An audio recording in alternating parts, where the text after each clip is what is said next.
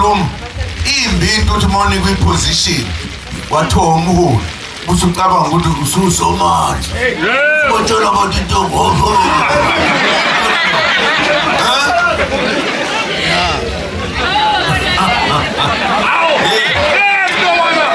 soyikhulula ilokhuzana iSouth Africa kabusha abantu abamnyama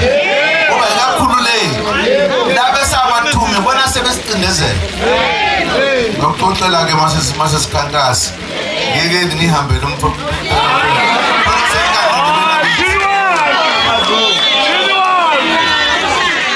ufuna ukuthi umkhonto wesizwe wenza into ebalulekile into eyenziwa umkhonto usekhona bengakawucishi laba babewucisha igama lawo yayine discipline yayikwazi ukuziphatha